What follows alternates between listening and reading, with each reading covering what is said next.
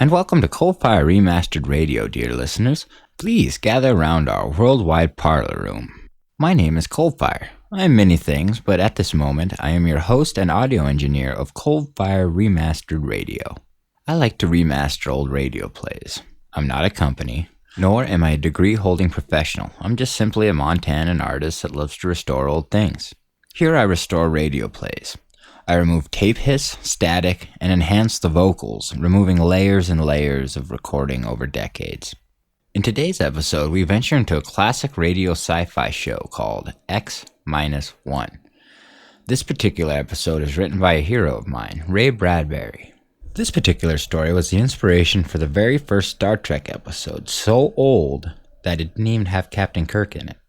So join me in episode 1 of ColdFire Remastered Radio, where we meet a group of astronauts who find themselves on Mars, which is a lot like Earth. Or is it a lot like heaven? Join me now in Mars is Heaven. Countdown for blastoff. X minus 5, minus 4, minus 3, minus 2, X minus 1. Fire!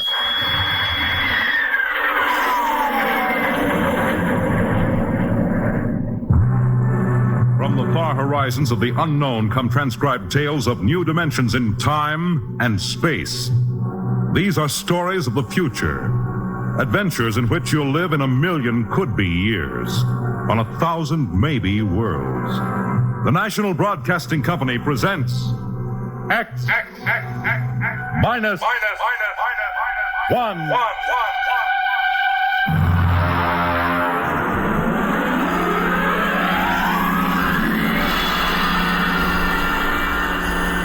Tonight's story, Mars is Heaven.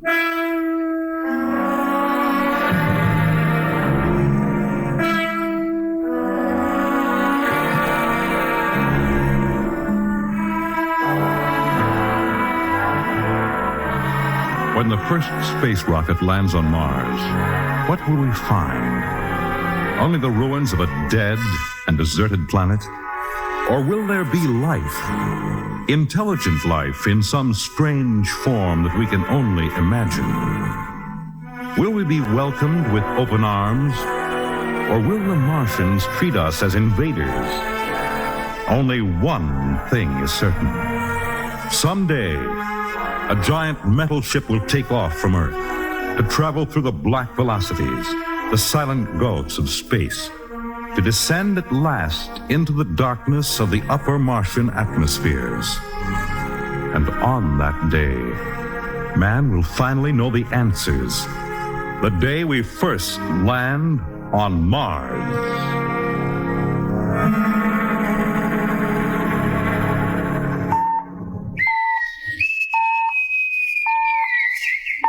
Now hear this. Approaching critical deceleration. Fasten gravity suits. Stand by to land. There it is. We've intersected the course vector, sir. All right, Mr. Lustig. Over to manual control. Aye, sir. Masters, sound general quarters. Aye, sir.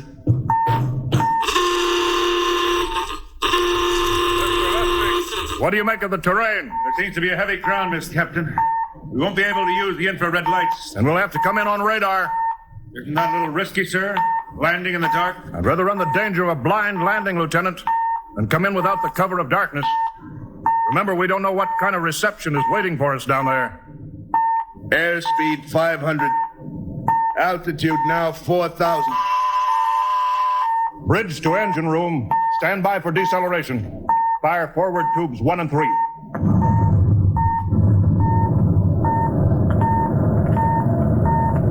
Steady as she goes, Mr. Lustig. As she goes, sir. Airspeed 100. Altitude 1,000. Radar indicates a level stretch dead ahead, sir. Skids down. Skids check. Altitude 500. 4. 350. 3. Up a point now. All right. Let's set her down.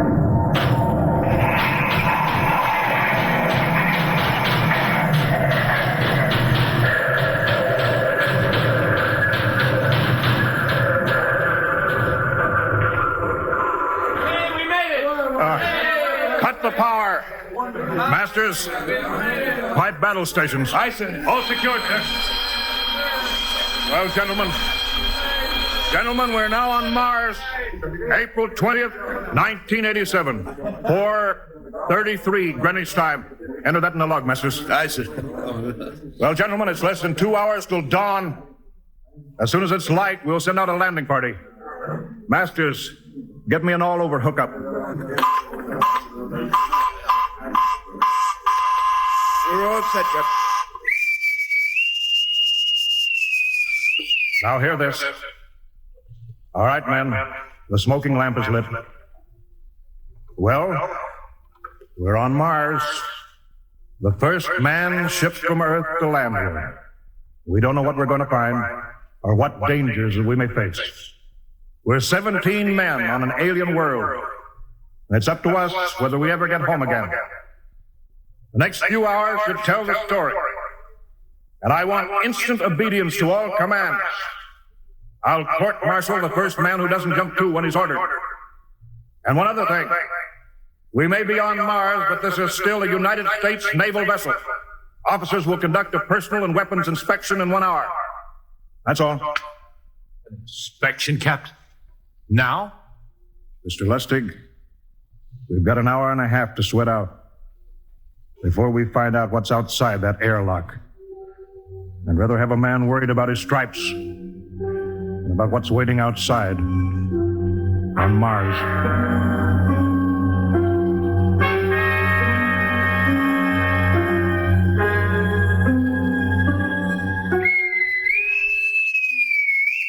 Now hear this. Landing party report to forward airlock. Captain Black, Lieutenant Hingston, Lieutenant Lustig, and Dr. Horst report immediately to forward airlock. It's now landing time -5. Well, they're paging us. You ready, Dr. Horst? Yes, Mr. Lustig. As ready as I will ever be. Come on, let's get in the lock.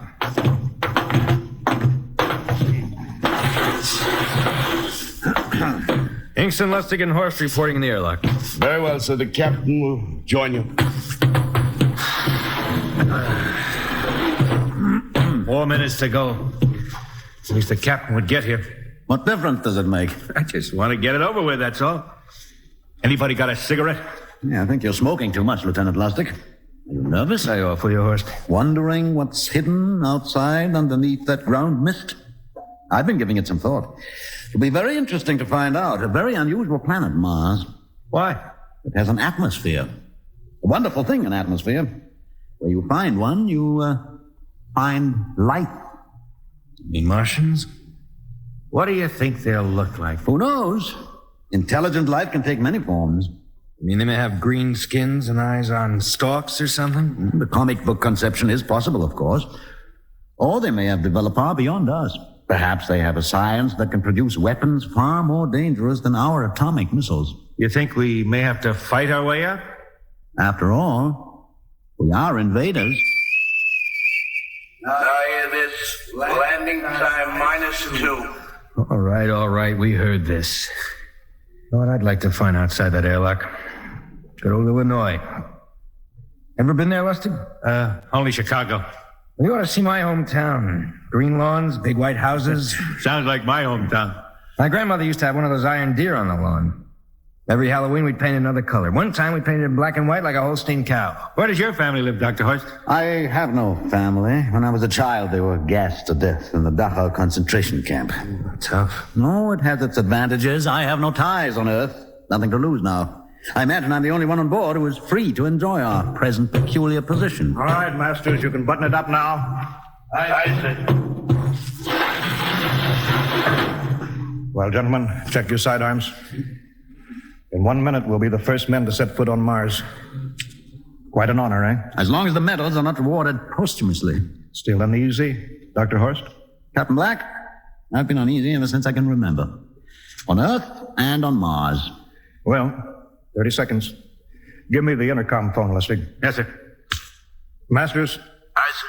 battle stations are to be manned till we return. If we're not back in 2 hours, I want no rescue party sent out. Blast off and save the ship, you understand? Aye, sir. All right. 5 seconds. 4, 3, 2, 1. Lustig, open the outer airlock. Aye, sir.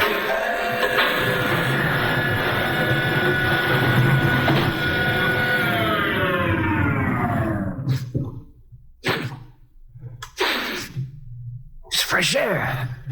Let's go. All right, now, take it easy. It's too dark to move fast. Quiet, isn't it? Not even a wind. Can't see anything from this ground this time. We don't know what's out here. All right, come on. What the quiet? I could swear that sounds like a rooster. I don't hear it anymore. Very homely but unlikely sound. A rooster crowing on Mars? Kingston, Aye, sir. set that machine gun 25 yards to the flank. We'll stay here till the ground mist lifts. Aye, sir. What do you make of the ground, Horse? Grass. Plain grass. You can see some large foliage there where the mist's thinned down. What's that? Kingston, hold your fire, you fool! I hit it, Captain. What? Some kind of wild animal. I hit it. I could see the tracers, but it's still standing. Come on, Horst. Doctor, where are you? Up ahead, admiring the wild animal. Careful, Horst. Wait for us. Don't worry, Captain. An iron deer. A lawn ornament. Well, that's impossible. Hollow. Interesting, isn't it? A whitewashed Victorian iron deer sitting on a lawn in the middle of Mars. I don't understand. Look around. The mist's lifting. Hey, Captain, look there. It's a house, a regular old-fashioned house. But, sir, on Mars. Good Lord. I haven't seen carved scrolls and gingerbread like that in years. Look at that port swing. The geraniums. There. I told you it was a rooster, Captain. Give me the glasses, Lustig. I want to take a look through that front window. Well, there's an upright piano. Some sheet music on it. Lustig, it's beautiful Ohio. It can't be, sir. Horst, do you think that civilization of two planets could be identical? I don't know. That specific variety of geraniums is only 50 years old on Earth. Is it logical that they should develop in Mars? How about that porch swing and the piano and beautiful Ohio? Why, it's impossible. Captain Black, this looks like the town I was born in. Well, it looks like my hometown, too. I thought of something, sir. It's the only solution. Maybe we're not the first ship to reach Mars from Earth. Don't be ridiculous, Lustig. Oh, how else can you explain it? Suppose some scientists got together. They invented some spaceship and planted a colony here. That's the only answer. That's impossible, Lustig. Been space travel, it couldn't be secret. You have any idea what ships cost, what industrial power is needed? No, there's got to be some logical reason. I think perhaps we might find out, Captain. The light just went on in that house. Kingston, cover that door with the machine gun. Aye, sir. All right, come on, Horst. We're going to ring that doorbell. There's got to be a scientific answer to all this.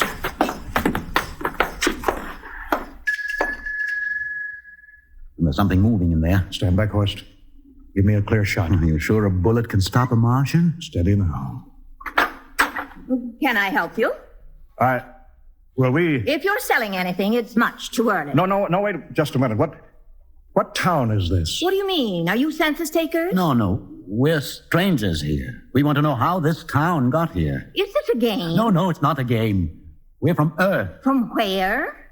From Earth. Do you mean out of the ground? Are you sure you're feeling well? Madam, we came in a flying ship across space.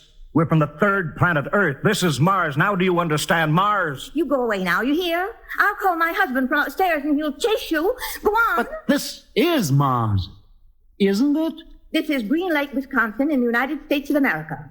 Bounded on the east by the Atlantic and on the west by the Pacific. Now go away. Goodbye.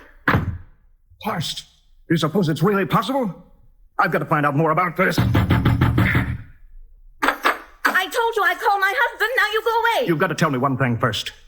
What year is this? Year? 1928, of course. For goodness sake. You hear that, Horst? And we know it's 1987, and we know this is Mars. Horst, is it possible that we got fouled up, made some tremendous blunder, circled around, and landed back on Earth? In 1928? Well, maybe some switch in time or dimension. Could we have shifted somehow, gone backward in time? Oh, Horst, this won't hold water. It's not logical. We checked every mile. We went past the moon, out into space. We're on Mars. Lustig out at point. Kingston in the rear. Keep that gun at half load. Aye, sir. First, there's got to be some cold, logical solution. Captain! What? That house down the street, the white one with the green shutters. Lustig, what's the matter? I never thought of... Thank God! Lustig, come back here! He's running for that house. That crazy fool, after him, quick! Lustig, stop! Come down off of that porch! Lustig, what the devil do you think you're doing? Albert! Grandma, Grandpa, it is you. Lustig, what is going on here? Albert, it's been so many years. How you've grown, boy. It's so good to see you. Lieutenant Lustig! Oh. Captain, Grandma, I want you to meet my friends. This is Captain Black. Captain, I want you to meet my grandfolks. Howdy.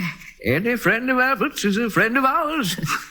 How long have you been here, Grandma? Oh, a good many years, ever since we died. Ever since you what? Oh, yes, sir. They've been dead 30 years. What? Oh, now don't you trouble yourself. It's all right. We're alive again, that's all. Do you mean to tell me that Mars is heaven? Oh, nonsense, no. All we know is here we're alive again. And who are we to question God's infinite ways? Well, Lustig, we're going back to the ship. Captain, I want to talk to my grandpa. Lieutenant Lustig, I don't like any part of this. You'll come back with us if I have to club you and carry you. I see. Now let's go. Heaven only knows what they've run up against back at the ship.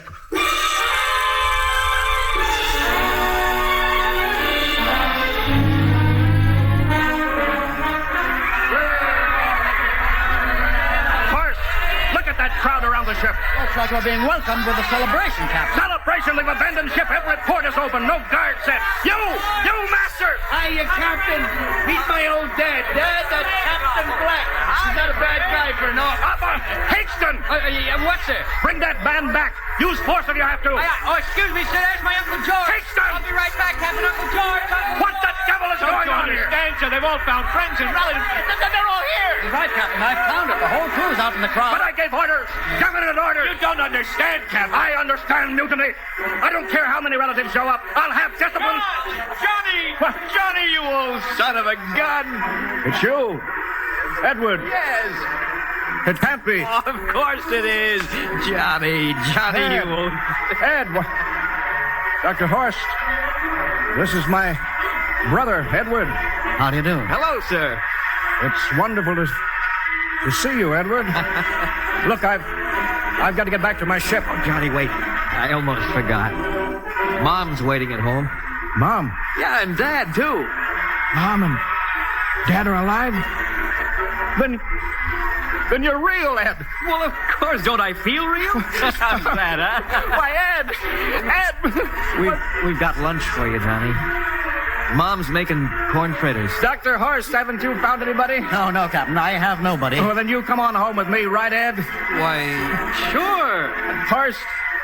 Horst, you wouldn't believe it, but it's been 35 years since I had Mom's corn fritters. By George, 35 years.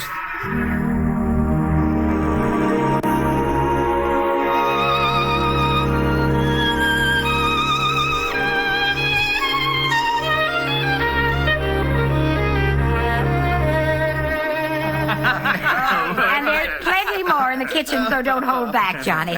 You too, Dr. Horst. Well, Johnny, you're still in the Navy, eh? That's right, Dad. I'm in command of the ship. We're an old Navy family, Dr. Horst. All three of our boys in the service. Yeah, Ed was the best pilot in the Pacific, too. What did happen, Ed? What's the difference? I'm here now. Yeah, but... You know, it's almost perfect. All we're missing is your brother, Will. Then the whole family could be together. Well, it won't be long, Mom. Will's in charge of the XR-54. Next rocket coming out to Mars. Oh. Well, little Will. When does he leave, Johnny? Well, the takeoff's scheduled for September, but it depends on what we report. Oh, yeah. There's no question about that now, huh? No. Christmas together again. That'll be something. Sure will, yes, sirree. Well, this calls for a celebration. How about a little of the old dandelion wine, eh, Johnny? Now, Father, don't you go giving Johnny too much wine. He's a big boy now, Mother. Well, sir, isn't everything just fine? Just fine.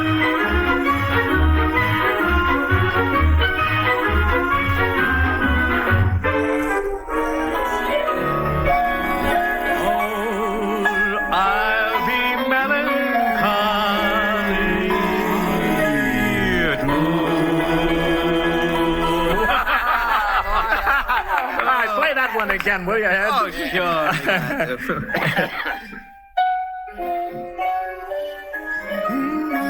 Well, Dr. Horst, what are you doing sitting over here alone? What do you think of my little family? Very nice. You know, I can't understand why you didn't find any folks here, Dr. Horst. Just a shame everybody else is so happy. Well, I never remembered my family, Mrs. Flack. All I know is they were gassed at Dachau during the Second World War. When I was liberated, I was in delirium 3 months. I cannot remember anything before then. A psychiatric phenomena. Oh, that's terrible. Isn't there anything anybody can do? I don't want to remember. I have not had a pleasant life. I prefer to be free of emotional entanglements. They interfere with a scientific approach. Oh, I'm sorry, Dr. Horst.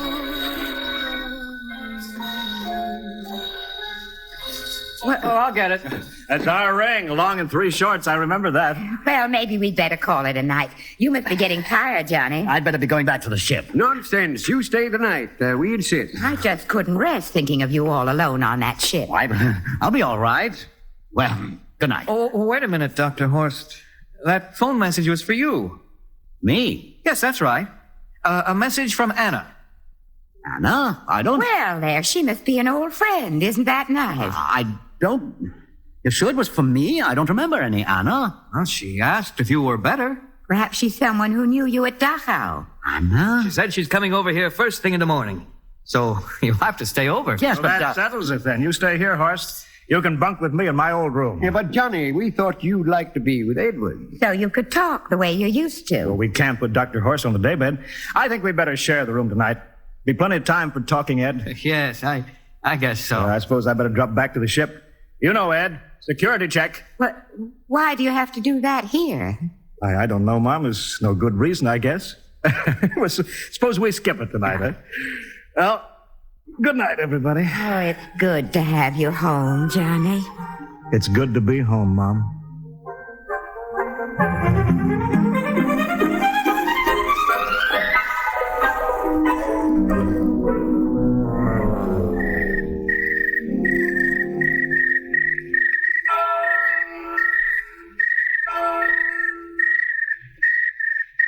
Captain Black. You asleep? No, I've been thinking about what we were expecting. Green-skinned Martians. All the time there was only Mom and Dad and Edward waiting. That's funny what tricks your imagination can play on you. Well, I guess Mars is heaven, Horst. You know, I've been thinking about Martians, too. Captain, just suppose there were Martians, and they saw us land, and suppose they thought of us as invaders. What would be the best weapon they could use against our atom bombs, huh? I don't see what you're getting at. They would want to disarm us first, huh? To wipe out all suspicion, to make us feel at home. Captain, suppose this house isn't real. Suppose the people are just images, stolen from our own memories by Martians, created for us by telepathy, hypnotism. Oh, that's the craziest theory I ever heard. Maybe that's why there was no one for me. Because in all my life, there is no happy memory, no real loved person, not even my mother. I don't remember her. Only the piles of rotting corpses at Dachau. There was no happy emotion for these people to recreate. How about that phone call? Anna? Yes, Anna. I didn't remember who she was, but I do now. I just remembered. When I was freed from Dachau, sick, delirious, I raved about a wonderful, kind nurse named Anna that took care of me. Well, there you are. It's logical. She's coming to see you tomorrow. But there was no Anna. I'd been nursed by a man. What? Anna was only a dream. And there's only one way they could have learned about her, by reading my subconscious mind. That's impossible, Horst. Why? The whole crew was thinking of home. Suppose the Martians read our minds. Yes, but if there are Martians... If there are, they have us separated. Each man in a different house, sleeping, trusting. No one at the guns. I left my pistol downstairs. Do you think there's something to this, Horst? It's a perfect trap, Captain. Who would suspect his own mother, his grandparents? How easy. Just a knife in the heart of each sleeping man. That's impossible, Horst. But we've got to get back to the ship. Listen, The crickets have stopped. Come on. We don't know when they change back to whatever they really are. All right, careful.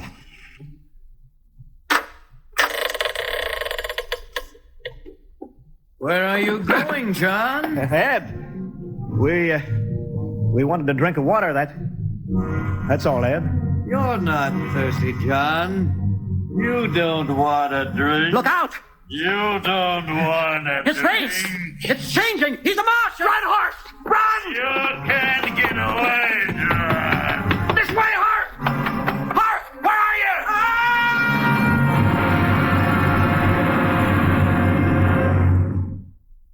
Hello? Hello? Can you hear me, Earth? This is Captain John Black, the XR-53 calling from Mars. I've locked myself in the ship, but they've crippled it. I can't take off or fire the guns, and they're coming for me now, the Martians. I'm all alone here. All the rest are dead. Hinkston, Lustig, Dr. Horst. Poor Horst, he didn't even reach the door. Listen. They're trying to break through the hull. Edward and Mom and Dad and all the folks, but they're changing now. They're melting and changing back into... They're Martians. Can you understand? Martians, not men. They make us think that Mars was heaven and we fell into the trap. Can you hear me, Earth? You've got to stop the next rocket. Listen, tell my brother Will. Tell my brother not to come. They'll trap him too. They'll kill them all. Hello? Can you hear me, Earth? This is John Black on Mars. Hello, Earth. This is John Black on Mars. Hello, Earth. Hello, Earth.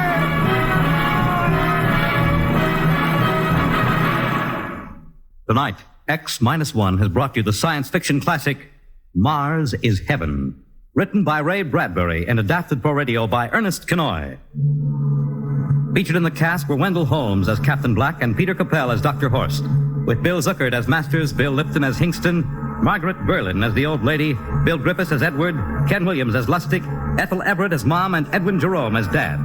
Your announcer, Fred Collins. X-1 was directed by Fred Way and is a transcribed NBC Radio Network production.